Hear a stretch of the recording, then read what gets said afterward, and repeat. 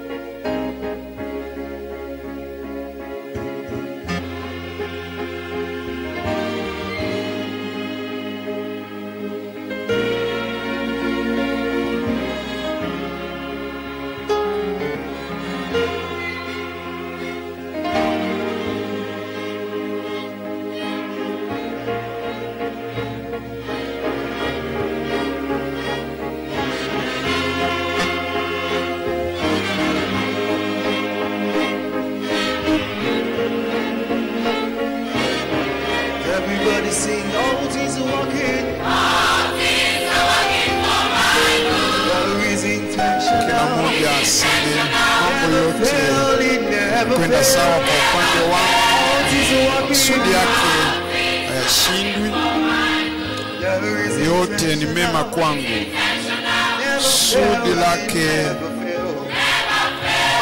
huwezi kushindwa,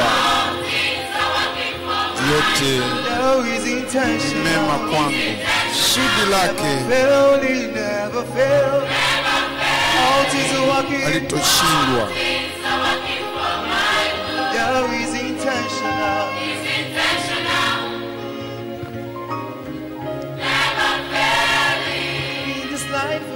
Katika maisha haya nimejitahidi kuwa vile ninavyotakiwa kuwa. Kila hatua ninayochukua nataka kuacha alama, lakini mara nyingi nahisi kukata tamaa, nafikiria sitoweza kufanikiwa. Ndani yangu kuna sauti inaendelea kuniambia, wewe umezaliwa na umeumbwa ili ufanikiwe. Mimi ni kichwa wala sio mkia. Mimi nitapanda juu ya mlima na nitatandaza mbawa zangu na kuruka juu mno. Nitafanikiwa na kufikia lengo langu, maana ya Yesu yu pamoja nami, nitaishi na kutimiza hatima yangu. Mimi ni kichwa wala sio mkia. Tapanda juu ya mlima ulio juu zaidi na tandaza mbawa zangu. Paa juu zaidi, nitafanikiwa na kufikia lengo langu. Wa Yesu yu ndani ya maisha yangu, nitaishi na kutimiza hatima yangu. Kila hatua ninayochukua nataka niache alama. Kwa hiyo nafanya bidii ili niwe vile ninavyotakiwa kuwa. Sitomruhusu yeyote aniondoe katika mipango maksudi ya maisha yangu. Nitakuwa na bidii na nidhamu ili nifanikiwe. Mimi nimezaliwa kwa hekima na kwa majira kama haya. Mimi ni kichwa wala sio mkia.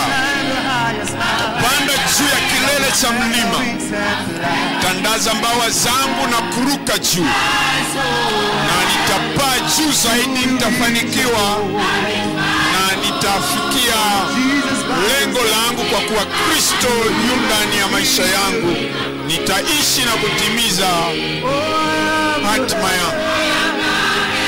Mimi ni kichwa na wala sio mkia. Nitapanda juu ya kilele cha mlima na kutandaza mbawa zangu na kuruka juu na kufanikiwa ya lengo langu. Kwa Yesu upande wangu, nitaishi na kutimiza hatima yangu, kwa kuwa Yesu katika maisha yangu. Yesu yu katika maisha yangu. Yesu yu katika maisha yangu. Nitaishi na kutimiza hatima yangu. Yote yanawezekana kwangu.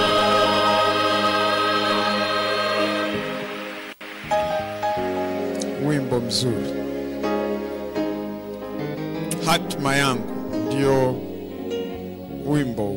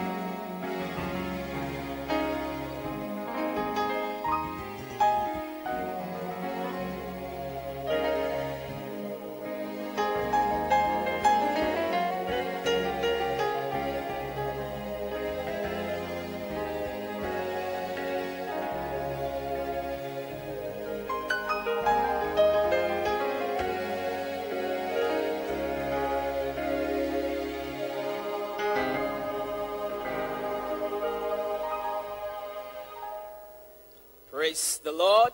Bwana asifiwe. Praise the living Jesus. Bwana Yesu asifiwe. Impact.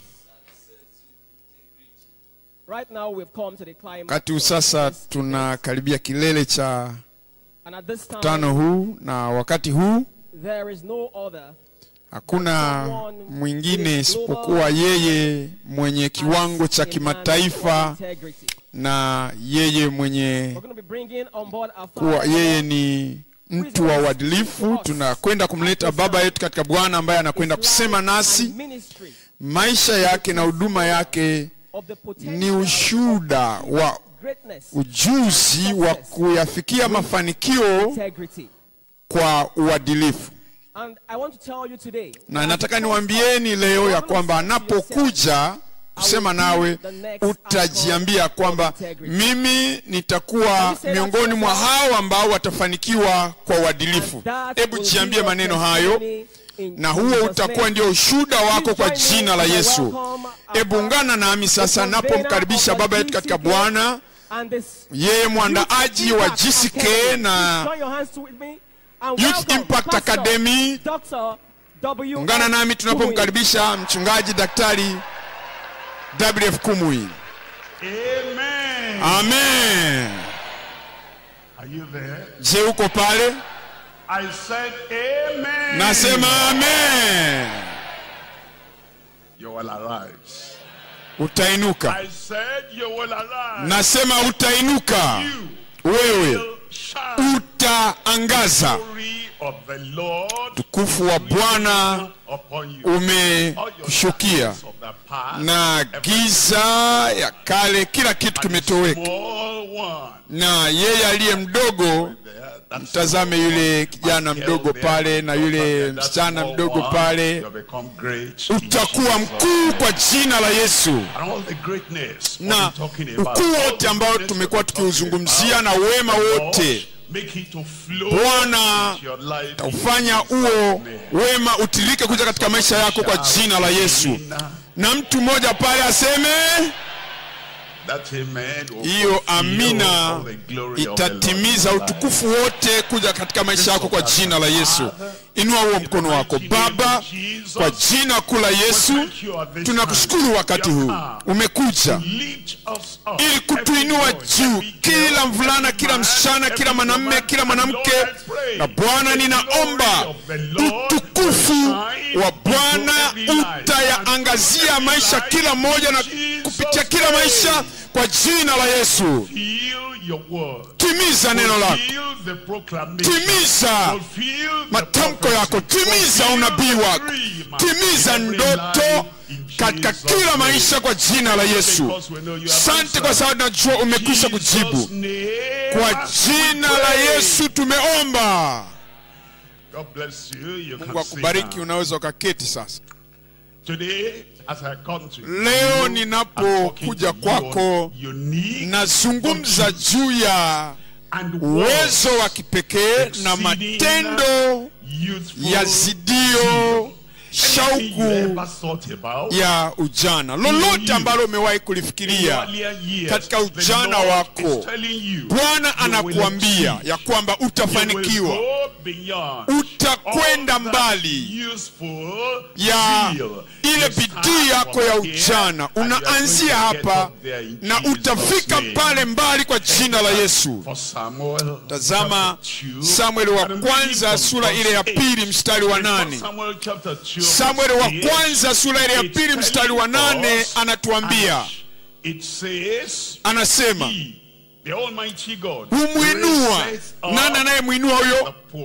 Huyo ni Bwana mwenyewe. Anamwinua mnyonge kutoka mavumbini na humpandisha mhitaji kutoka jani, na anatufanya sisi tuketi pamoja na wakuu kwa sababu ya ule upekee wa Mungu ulio katika maisha yetu. Amekuja na anakuambia wewe ya kwamba katika wasaa huu, anasema hata kama ulikuwa maskini, haukuwa na chochote na haukuwa na chochote, hata kama unaanzia hatua ya sifuri, utafikia hatua ya juu kwa jina la Yesu. Uwezo wa kipekee na matendo ya zidio, shauku ya ujana. Tazama ile herufi yu inatuambia ya kwamba tuna shauku isiyokuwa na ukomo, isiyochunguzika, iliyowekwa ndani yetu na yeye atutegemezaye. Shauku isiyokuwa na ukomo. Na hiyo ndiyo njia yako, ndiyo maisha yako. Hautokuwa na ukomo kwa jina la Yesu. Natuambia kwa Waefeso sura ile ya 3, Waefeso 3:8, mimi niliye mdogo kuliko yeye aliye mdogo wa watakatifu wote. Hauwezi kuwa mdogo zaidi ya hapa, ni mdogo kuliko. wateule wote Paulo mtume aligundua alilokuwa anayafanya hapo zamani, alipokuwepo hapo zamani, nayo mambo yote mabaya aliyoyafanya. Anasema hata kuwa mteule ni la ajabu, ni jambo la ajabu. Hata kuletwa katika familia ya Mungu ni jambo la ajabu. Mimi nilikuwa mdogo na bado ni mdogo na mdogo wa wateule wote. Anasema nalipewa neema hii ya kuwahubiri mataifa, kutangaza, kuwajulisha mataifa utajiri wake Kristo usiopimika. Nataka upange foleni mbele ya huo mstari. Sasa mtazame Paulo yuko pale naye kwenye foleni hiyo, mdogo kwa wote, na waona Yakobo, Yohana na wengine wamekuwa katika ule ukaribu na Bwana.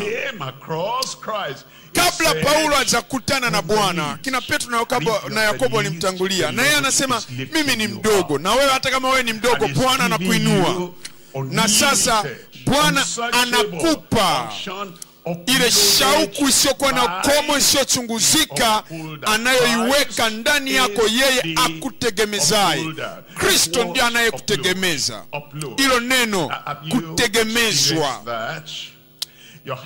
Umewahi kuwa na ujuzi huu ya kwamba una hivi vifaa vya kisasa sasa, tablet,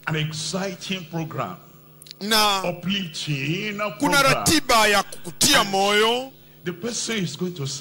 na mtu atatuma ratiba mbalimbali kwako. Anakuambia hizo ratiba nimezituma, lakini zipo mawinguni. Kutoka mawinguni sasa utazipokea kuja katika kifaa chako, na sasa unajaribu kuzinasa, unaona zijafika. Unachunguza sasa kifaa chako, unakuta hakina betri, au unagundua labda mtandao haujakaa sawa, ili kuleta ule ujumbe, ile ratiba iliyo mawinguni kuja katika kifaa chako. Sasa unaunganisha nyaya na unatulia kidogo. Baada ya kukiacha kifaa chako kwa dakika chache, unarudi unakitazama, hakuna kilichobadilika. Unasema nini? Unasema sawa, nyaya haifanyi kazi. Unaiondoa ile nyaya, unaweka nyaya nyingine, na betri yako sasa inaanza kupata moto. Nasema betri yako inaanza kupata moto. Una charge kile kifaa chako na ile betri, na unaweka kila kitu, namba ya siri na mambo mengine yote sawa. Unashanga, unatazama sasa ile ratiba kutoka mawinguni inaingia katika kifaa chako. Je, kuna mtu nazungumza naye aliye mbali pale? Ninalokuambia ni kwamba kuna kitu ambacho kimetumwa kutoka katika mawingu ya utukufu. Ile nguvu, ule upako, yale mafanikio, ule uwezekano katika maisha, kila kitu vimetumwa tayari. Hebu chunguza katika kifaa chako, chunguza katika moyo wako, chunguza katika maisha yako. Ile ratiba inayoweza kukutia moyo ipo tayari sasa. Na kama hauwezi kuipata, tazama, chunguza nyaya zako. Hebu ng'oa ile nyaya ambayo haifanyi kazi. Ile nyaya ambayo haifanyi kazi vizuri, ing'oe. Sasa unganisha nyaya yako katika nyaya ile ya Bwana aliye Mwokozi, na kila kitu ambacho kimetumwa kwa ajili yako kilicho katika mawingu vitakuja ndani yako. Amina yako imepoa. Hayo yote yanatokeaje? Paulo mtume anatuambia tayari, mimi niliye mdogo kuliko yeye aliye mkubwa, aliye mdogo. Ni kwamba Bwana amedhihirisha, amenionyesha yale yasiyochunguzika. Paulo mtume, itatokeaje? Jambo la kwanza, fikiria juu ya upekee wako. Hakuna mtu yoyote hapa duniani ana ishara hizo au alama za dole gumba kama za kwako. Hakuna. Kama una kifaa chako kile au una laptop yako, una tablet, unayo simu, badala kuweka tarakwimu kwa maana ya namba kama namba ya siri, badala kutumia hilo unaweza kaweka dole gumba. Na hakuna mtu mwingine yote anaweza kutumia kifaa hicho. Kwa nini? Kwa sababu dole gumba chako ni cha kipekee. Maisha yako ni maisha ya kipekee. Mambo yako ya baadaye ni mambo ya kipekee. Wito wako ni wa kipekee. Jambo la kwanza, fahamu upekee wako. Jambo la pili, ebu usijiunganishe na nyaya yoyote ambayo haifanyi kazi, isiyobeba nguvu yoyote. Unajihusanisha na hili, yale mahusiano yenye ufu, hayaleti usima wote. Hakuna kutiwa moyo. Na wewe unapounganisha maisha yako na mfumo wako, unaunganisha moto wa maisha yako kwenye kitu ambacho kimekufa, hakichangi chochote. Ebu jing'oe kwenye mambo kama hayo. Mtu amekupa zawadi iko pale, unasema zawadi yangu ile pale, hebu tazama zawadi yangu iko pale, imefungwa, hebu ifungue. Una zawadi kutoka kwa Mungu, toka mbinguni, hebu ipokee, ifungue. Ni pale unapoifungua ile zawadi yako, unasema tazama hili. Usitazame tu, hebu ichukue zawadi yako, itumie. Tumia hiyo karama, tumia hiyo zawadi ambayo Mungu ameituma kuja kwako kutoka mbinguni. Na Bwana anasema wewe na wewe tu ndio utakayeweza kuitumia hiyo zawadi. Ile yu ya kwanza ni upekee, lakini ile yu ya mwisho ni kutumika. Karama yako ya kipekee itakufanya utumike.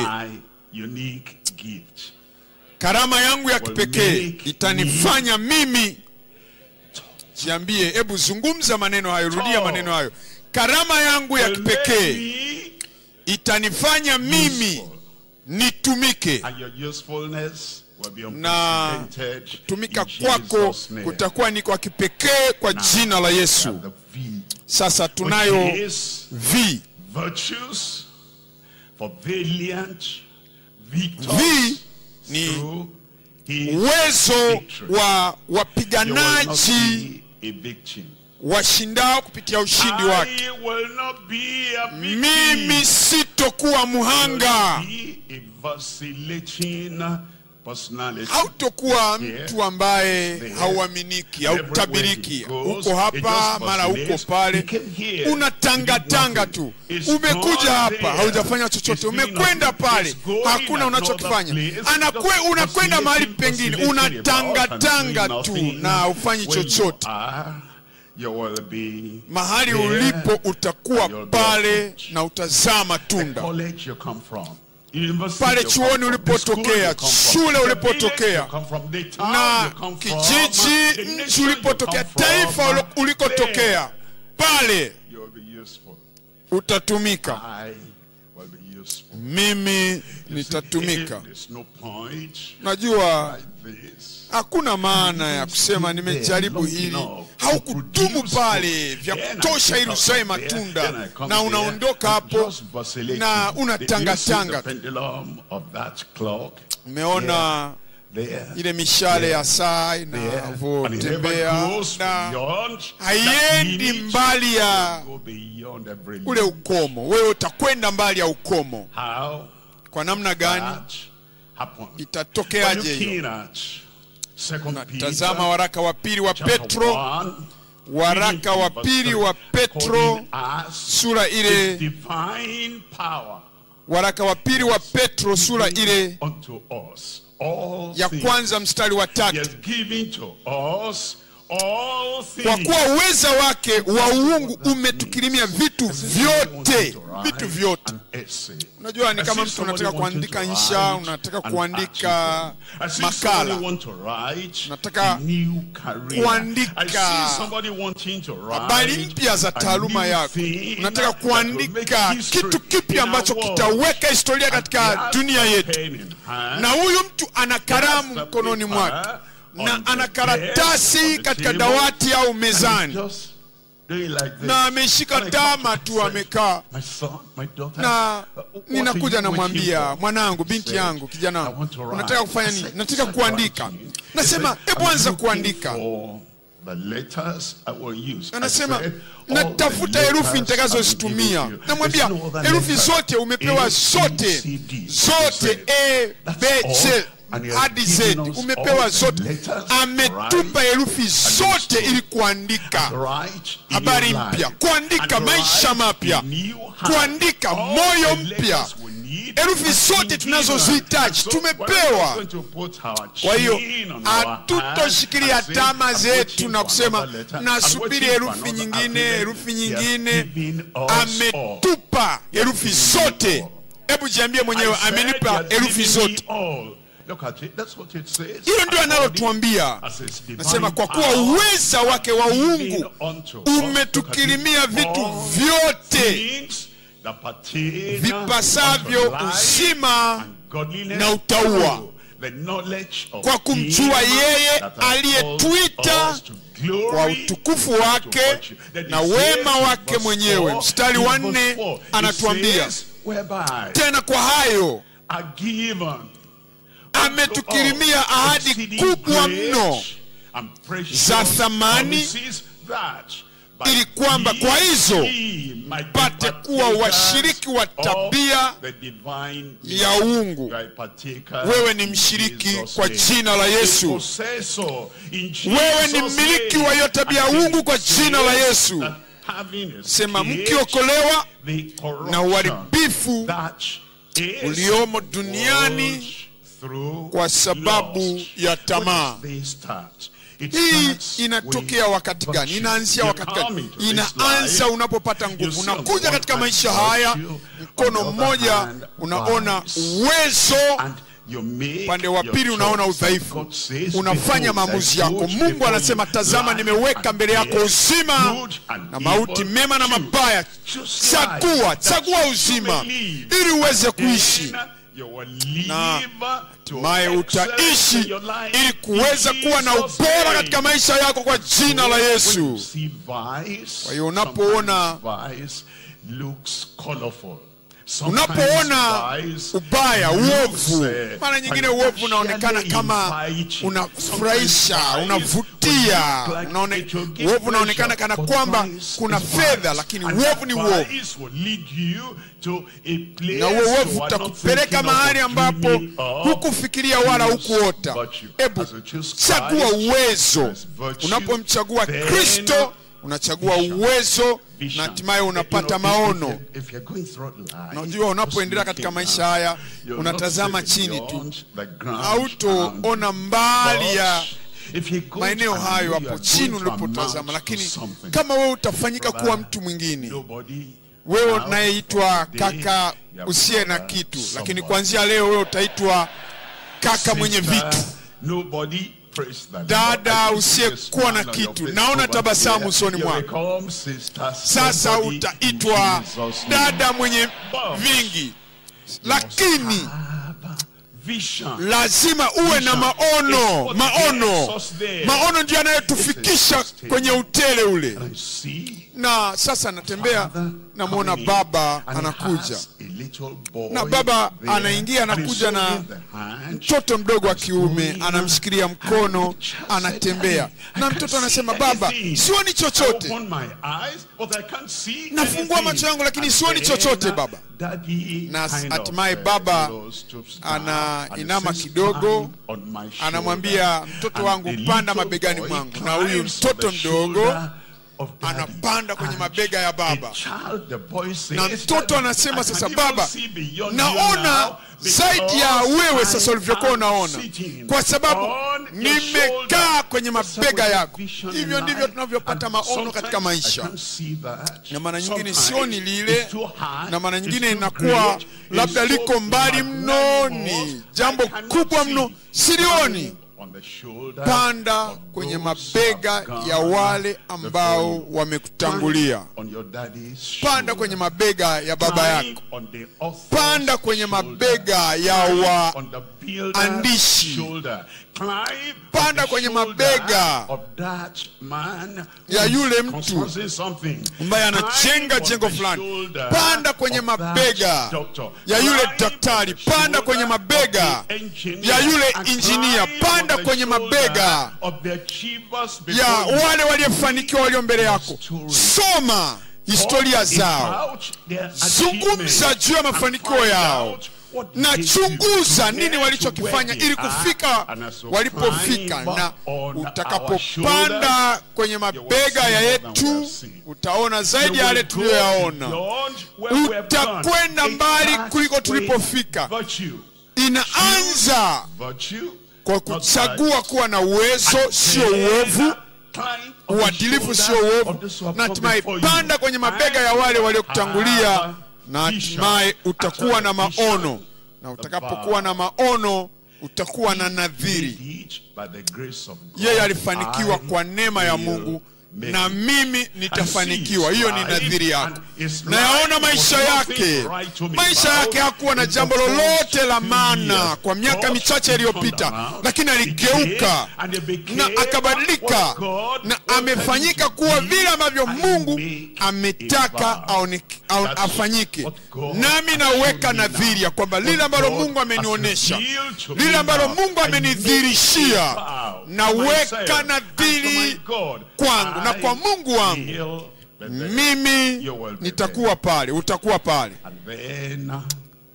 Na mae kuna ule uangalifu, umakini ya kwamba wewe ni mwangalifu. Unaandaa chakula kizuri kwa ajili yako, kwa ajili ya familia yako, na unataka kulisha taifa lote. Unataka kuwa mwangalifu mno ya kwamba hakuna anayekuja kuweka mchanga katika wali wako. Na mtazama, Ibrahim alikuwa anamtolea Bwana sadaka, na ndege walikuwa wanakuja, walitaka kutwaa sehemu ya ile sadaka kutoka katika madhabahu ya Mungu mkuu.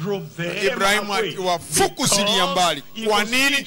Kwa sababu alikuwa ni mwangalifu. Lazima uwe mwangalifu juu ya maono ambayo Mungu ameyaweka ndani ya moyo wako. Sasa lolote linalokuja, mahusiano yote yanayokuja, na michezo mbalimbali inayokuja, na mkakati wowote wa adui unaokuja ili kukufanya utange uondoke katika yale maono, wewe utawafukuzilia mbali hao maadui.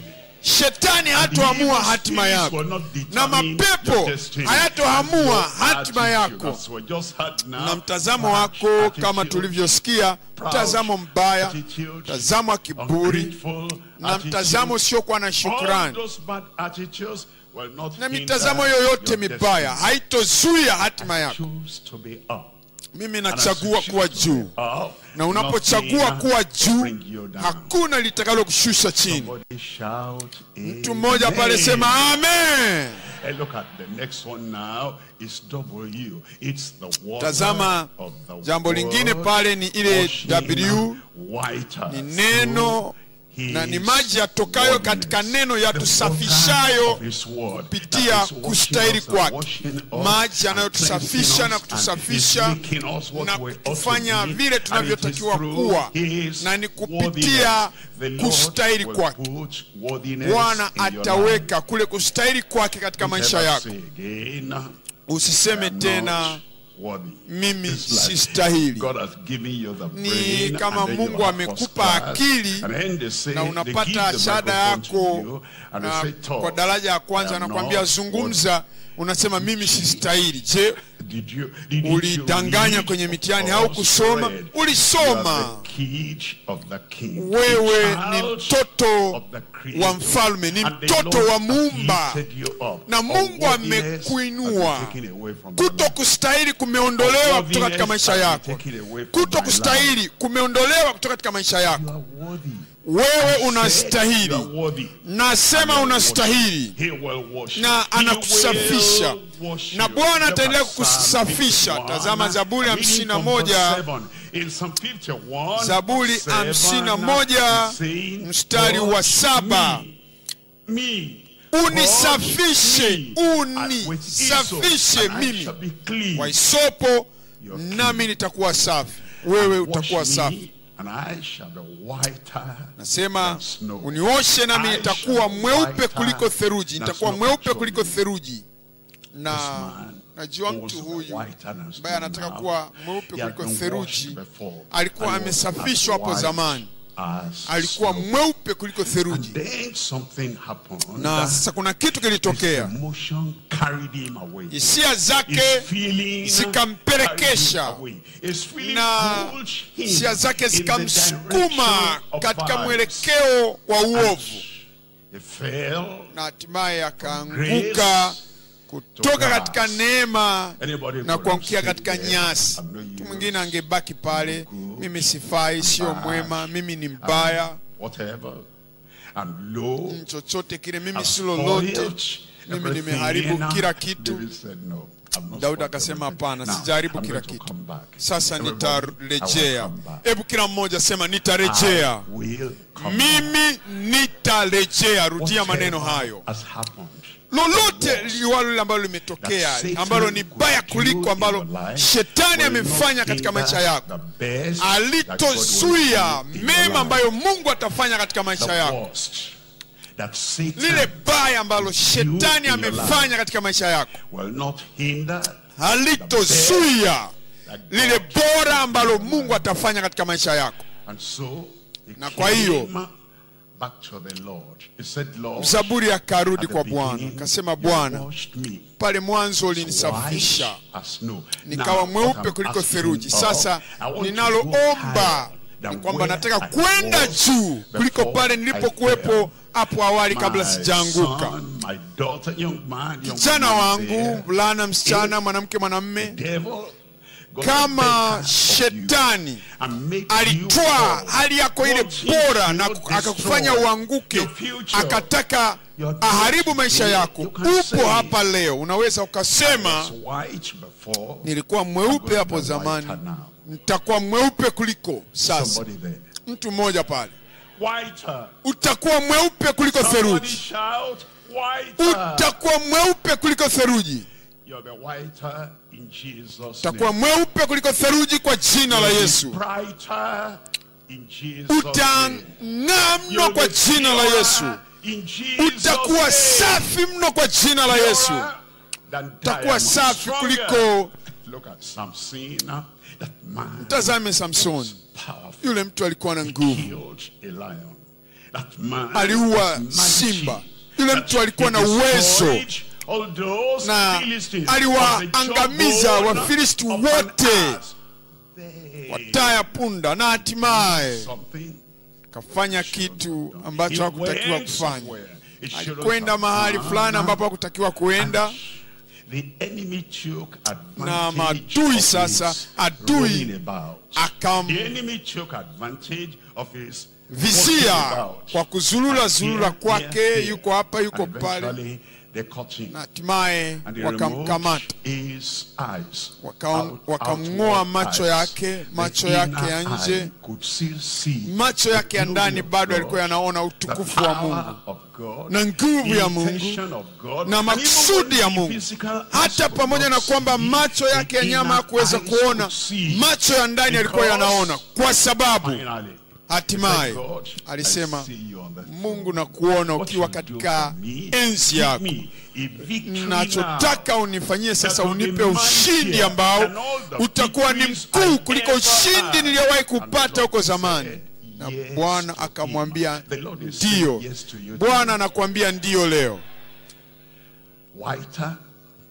Utakuwa safi, utang'aa, utakuwa mweupe, utakuwa mwenye nguvu. And he said, Na hatimaye akasema, Samsoni, hebu pelekeni kwenye nguzo zinazoshikilia jengo hili, kwa sababu alikuwa na nguvu kuliko hapo awali. Alikuwa na nguvu hapo zamani, lakini sasa alikuwa na nguvu zaidi. Alikuwa na uwezo wake. Sasa anamuona Mungu asiyeonekana akiwa kwenye enzi yake. Akasema, Mungu, nipe ushindi huu. Nataka kumaliza maisha yangu kwa ushindi. Maisha yako utamaliza maisha yako kwa ushindi.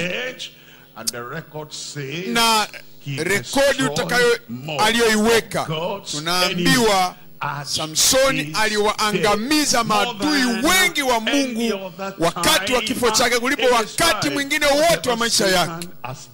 Lolote ambalo shetani amelifanya katika maisha yako, Mungu wa mbinguni atalitengua, na utakuwa safi, utang'aa, utakuwa mweupe, utakuwa mwenye nguvu, utakuwa na ukuu, na Bwana atakufanya uende mbali kuliko vile ambavyo umewahi kwenda kwa jina la Yesu. Nani huyo?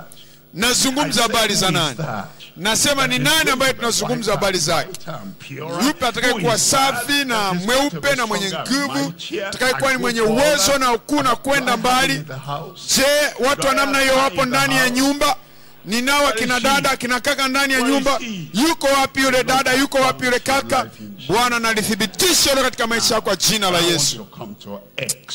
Sasa nataka kutazama ile herufi X.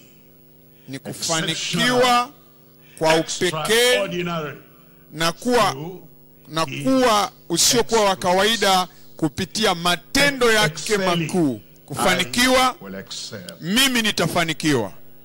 Extraordinary. Kuwa mtu asiyekuwa wa kawaida, mimi nitakuwa sio mtu wa kawaida. Kuwa wa kipekee, mimi nitakuwa wa kipekee. Namna gani? Kwa njia ipi? Kupitia matendo yake makuu. Kristo sasa amebobea katika matendo makuu. Anayo nguvu ya kutenda mambo makuu. Ana uwezo wa kutenda makuu. Ana upako na wito wa kutenda makuu. Sasa nafikiria juu ya hilo. Walikuwepo wakoma katika nchi, na hakuna mkoma aliyemjia yeye. Tungejuaje ya kwamba anaweza katenda matendo makuu na kuwatakasa wakoma? Mwanamke aliyetokwa na damu alikuwepo pale, lakini hakuja. Na kama asingemjia, tungejuaje ya kwamba Kristo anatenda matendo makuu? Bartimayo kipofu alikuja, na asingekuja, tungejuaje ya kwamba Kristo anatenda makuu? Yule mtu Lazaro amekufa siku 3, na kama dada yake asingemuita Kristo ili aje kutenda hayo matendo makuu, tungejuaje ana uwezo wa kufufua wafu? Matendo makuu yanatambulika na kuonekana ndani yako. Kama hautokuja, kama hautounganishwa na Bwana, kama hautosema hii ndio changamoto yangu, changamoto yangu na ijulikane kila mahali, na mabingwa wa dunia hii hawawezi kuondoa changamoto hii kama hautomjia yeye ili yeye aguse na kugeuza maisha yako na kubadilisha maisha yako. Tutajuaje ya kwamba Kristo ana uwezo wa kutenda makuu? Na matendo makuu katika Kristo yalitokea kwa sababu wale watu wote walikuja, na wewe umekuja tayari. Amen. Mimi nimekuja tayari. Jiambie maneno hayo mwenyewe, na matendo makuu ya Bwana yatadhihirika katika maisha yako. Tazama Danieli sura ile ya 11. Danieli 11:32. Danieli 11:32. Na wao wafanyao maovu juu ya hilo agano atawapotosha kwa maneno ya kujipendekeza. Hebu tulia kwanza. Najua kuna watu wanasema watu wote walionizunguka mimi ni waovu. Kwa sababu ya hilo wanasema, huyo mtu anasema mimi siwezi kufanikiwa. Sitaki kuzungumza juu ya nchi yetu, lakini kuna kitu nakisoma juu ya nchi yetu kwenye magazeti mbalimbali. Uovu, rushwa, uharibifu. Na kama kila mahali ni uharibifu na kadhalika, nawezaje kuwa na matendo makuu? Sababu ya huo uharibifu kila mahali, huyu mtu anasema hapana. Lakini kuna mtu namuona pale na vazi lake jeupe akiwa amezungukwa na mambo mbalimbali meusi na mabaya, lakini naona vazi jeupe likichipuka na kubaki katika usafi. Na hiyo ndio historia ya maisha yako. Katikati ya uharibifu, katikati ya uovu, katikati ya mambo yanayokinzana, na kuona ukikua, ukichipuka, ukiwa na ule usafi, ukikua, ukiwa na uhodari na bidii, na kuona nikishuhudia matendo makuu ya Bwana katika maisha yako kwa jina la Yesu. Sema lakini. Upande wa pili wa andiko hilo, Danieli 11:32, lakini watu wamjuao Mungu wao watakuwa hodari na kutenda mambo makuu. Upande wa kwanza wa andiko unaposema wafanyao mabaya watapotosha kwa neno, kwa maneno, lakini anatuambia upande wa pili anasema wapo watu waliojitofautisha, wanaosema kati ya huu uharibifu kutakuwepo na matendo makuu ya Bwana katika maisha yangu. Jiambie mwenyewe. Sema kati ya uharibifu kutakuwepo na matendo makuu katika maisha yangu. Unalolikiri ndilo utakalolipata. Kutakuwepo na matendo makuu katika maisha yako kwa jina la Yesu. Nafikiria juu ya hilo. Nafikiria nitapataje matendo yake makuu katika maisha yangu. Jambo la kwanza, ebu tafiti. Ndio maana tunajifunza somo hili na somo hili shuleni. Ndio maana tunaonyeshwa maeneo haya na yale tunapojifunza, na tunapoendelea kuchunguza. Hatutakiwi kubaki tu kwenye jambo moja dogo, somo moja, tunajikita katika hilo tu, njia hiyo tu. Lazima tutafiti katika mambo mbalimbali. Unasema nimeona hili, nimeona lile, na sasa unaongezeka katika ufahamu. Najua tunapokwenda chuoni, kwanza unakuwa ni mtu unayesomea shahada yako ya kwanza, mwaka wa kwanza, na naendelea, hatimaye unahitimu. Kwa nini tunaendelea hivyo? Wanatupa kazi pia ya kutafiti katika masomo yetu. Baada ya degree ya kwanza au shahada ya kwanza, wanatupa mifumo mbalimbali ya kwamba unatakiwa ufanye utafiti. Anakuambia upanue sasa ule ufahamu wako, ugunduzi. Na ni kwa kadiri unapofanya hivyo, auishi tu pale, unakwenda katika sasa uwanda mpana. Na unapofanya hivyo, hatimaye unatumia nguvu na ile bidii.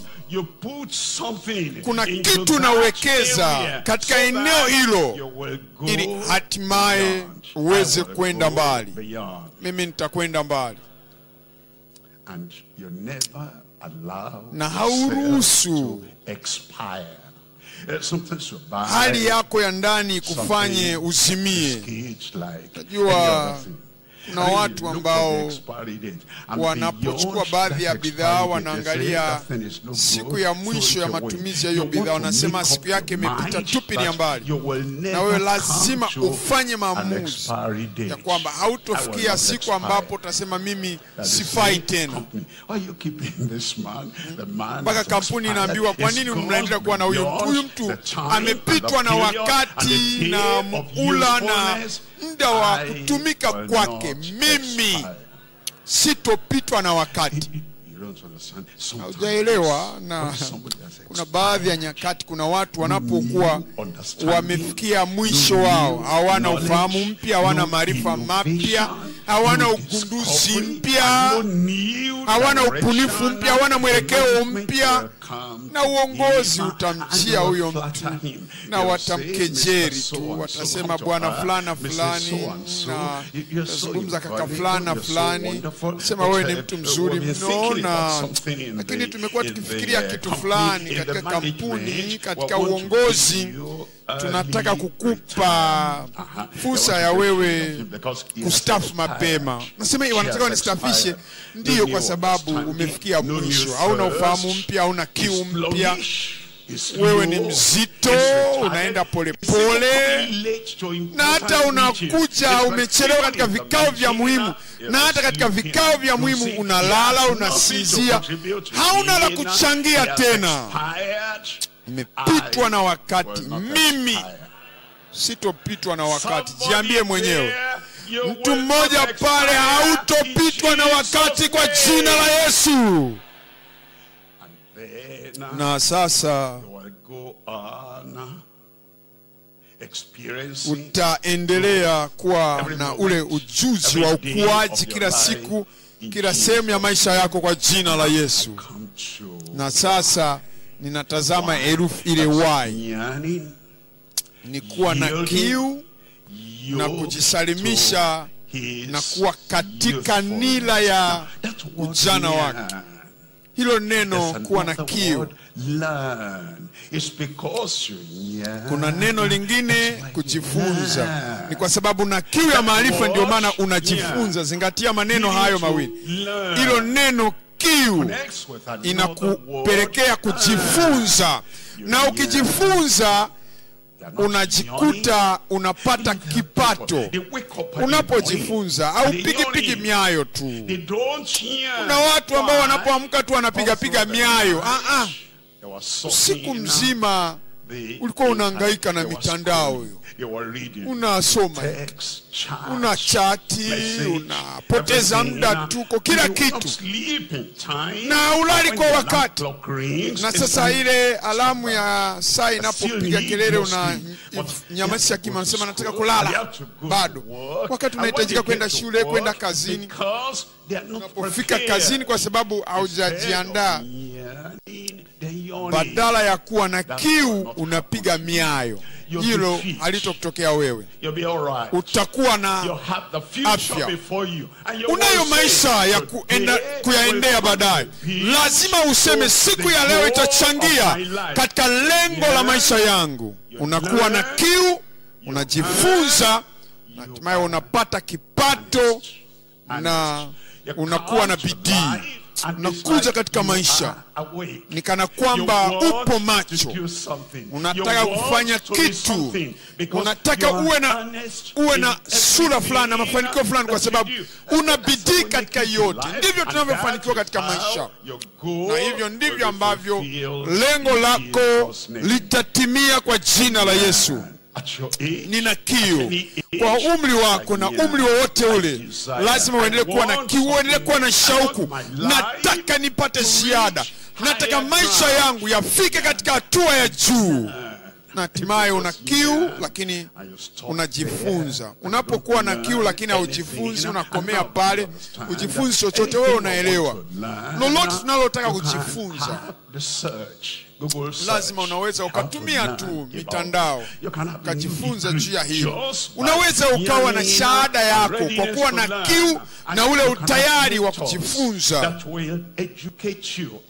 Unaweza ukawa na nyenzo mbalimbali ukajifunza, ukatiwa nuru, sababu una kiu na unajifunza. Nionyeshe yote ambaye ana kiu na anajifunza atapata zaidi. Uwezo wako wa kupata unategemea mtazamo wako au kiu ulionayo. Kwa hiyo uwe na kiu, jifunze, na hatimaye uwe na kipato na uwe na bidii katika maisha. Hayo yote yatakupeleka katika jukwaa mpya. Hayo yote yatakuingiza katika jukwaa mpya au fursa mpya. Amina katika maisha yako. Amina katika maisha yako. Anatuambia Luke katika Luka chapter 2, Luka sura ile ya pili mstari wa 52. chapter 2, Luka sura ile ya pili 52 anatuambia, naye Yesu akazidi kuendelea katika hekima na kimo, akimpendeza Mungu na wanadamu. Kibali chako hakitakoma. Kibali kutoka mbinguni, kibali kutoka katika dunia hii vitakutana kwa ajili yako. Kwa sababu ya hilo utafanikiwa kwa jina la Yesu. Na tazama ile herufi Z. Hebu mtu mmoja sema Z. Na kwenye baadhi ya nchi wanasema Z ni maana ni ile ile. Ni kuwa na shauku na kuwa na umakini bila kupinda pinda na ukifanana na shauku yake. Kama wewe utakuwa ni mnafiki, na kuwa ni mtu usiyetabilika, ni mtu ambaye hauna nguvu ndani yako, haueleweki. Najua watu hawatajitambulisha nawe, kila mtu atakukimbia. Watu wote wanapiga mbio, wewe uko pale umeshusha mikono yako. Unasema hata sijui kama nikimbia au nisikimbie, sijui kama niende mbele au nisiende. Watu watakupita. Uko pale, hauna mng'ao usoni mwako. Kila kitu kimetiwa kiza na ni kama kuna ufu. Hakuna kinachowafanya watu waone kwamba unataka kusonga mbele na ufanikiwe. Watu watakuona wewe ni mfu. Wakuwa pale tu, unakuwa unatambulika chuoni pale kwa ni mzigo mfu. Lakini unapokuwa na shauku, unapokuwa na mwamko na unataka kupanda juu, na unataka kusema nataka kufika pale na kufika pale, ulimwengu utakupisha. Amen. Uko wapi? Dunia itatengeneza njia kwa ajili yako. Watasema anakuja mtu hodari, anakuja yule mpiga mbio, anakuja yule mwenye kufanikiwa, anakuja. Watasema mpisheni kwa jina la Yesu. Na wale ambao umewaona wamekutangulia wataanza kusema, hebu mtazameni yule bwana, mtazameni yule. Yule ni mtoto wa kiroho wa mchungaji Kumui. Amen. Look at that woman, achieving woman. Sema yule mwanamke anayefanikiwa na yule dada anayefanikiwa. Je, mnamjua? Anasema hapana, sijamjua. Sema anatoka wapi? Anasema umesikia jina Kumui, umewahi kulisikia? Ndio. Anasema yule ni binti wa Kumui. I pass the fire into your na weka huo moto ndani ya moyo wako. Tunataka tuyasikia hayo Tanzania jamani. Na weka hiyo bidii ndani ya moyo wako. Utapiga mbio na hautazimia. Utakwenda, utatembea lakini hautazimia. Waliposema haya wengine waliyafanikisha, na wewe nakuwasilisha pale kama mwanangu. Wanasema hakuna ambaye amewahi kufanikisha hili. Wewe songa mbele na ukafanikishe hilo. Wanasema hakuna ambaye amewahi kupanda ule mlima. Hakuna ambaye amewahi kuweka rekodi mpya. Nasema je, mwanangu, binti yangu, umesikia hii? Kijana wangu, umesikia hii? Na kupeleka pale kama mtu unayesimama kwa ajili ya nchi yetu, na kupeleka mbele ya ulimwengu huu. Na wanaposema hakuna mtu aliyewahi kugusa lile na hajawahi kufikia pale, wewe ndiye mtainiwa wangu, na wewe hautonifedhesha. Nasema nenda na ukafanikiwe. Nenda na ukatekeleze lile. Nenda na ukafanikiwe. Nenda na ukatwae shahada yako ya daraja ya kwanza. Na shauku ya Bwana itafanikisha hilo katika maisha yako. Moto utawaka na kuteketeza kila makapi katika maisha yako, na yale yote yasiyofaa ambayo hayakusaidii ili kupanda ule mlima, kila kitu kinaondolewa. And as we go back home, na tunaporudi nyumbani, declare natangaza every hindrance clear. kila kizuizi na kikupishe. Where are you? Uko wapi? I said, where are you? Nakuuliza uko wapi?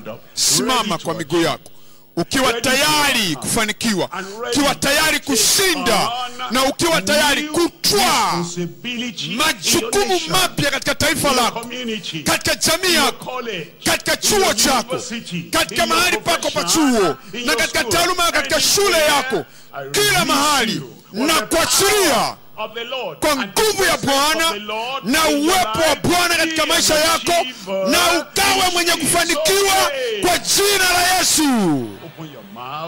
Fungua kinywa chako na useme na Bwana katika maombi. Sema na Bwana sasa. Sema na Bwana, mwambie Bwana, mimi ninakubali hilo, napokea hilo. Umekuja katika maisha yangu na umeniokoa, umenisafisha, umeniosha. Mimi ni msafi na ninataka niwe safi kuliko theluji. Bwana, fanya, fanikisha, thibitisha katika maisha yangu. Mwambie Bwana, mwambie Bwana. Kijana, mwanamke, mwanamume, mwambie Bwana, atafungua milango kwa ajili yako, atafungua akili yako, ufahamu wako kwa ajili ya mafanikio ambayo amekuandalia.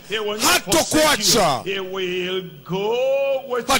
atakwenda pamoja nawe, na wewe hautofikia ukomo. Hawatakustafisha kabla ya wakati wako. Watasema hatuwezi kuendelea bila ya huyu kaka, huyu dada, na nyota yako itaangaza na kuangaza na kuangaza. Akili yako itakuwa na nguvu na nguvu, mwili wako utakuwa na afya na afya zaidi siku zote za maisha yako, na utakuwa vile ambavyo Bwana amekuitia na kukuumba na kukuunda ili uwe maisha yako yote. Utakuwa na maisha yanayong'aa na kuangaza ambayo hayatafikia ukomo. Kwa jina la Yesu tumeomba. Inua hiyo mikono yako. Mkono wa mtu hodari, mkono wa mtu shujaa anayekwenda kufanikiwa, mkono wa mtu ambaye ni mshindi. Baba, kwa jina kuu la Yesu,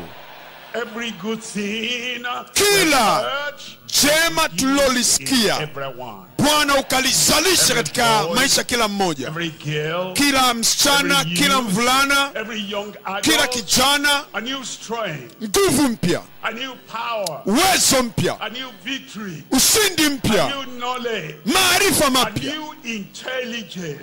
uwezo mpya wa kiakili na haki mpya, uwezo mpya, ujuzi mpya katika kila maisha kwa jina la Yesu. Lord, I send forth everyone. Bwana, namtuma kila mmoja akiwa amevikwa nguvu, amebadilishwa, na aliyejifunza, na mwenye kupata kipato, aliye na kiu kwa ajili ya mambo mazuri katika maisha.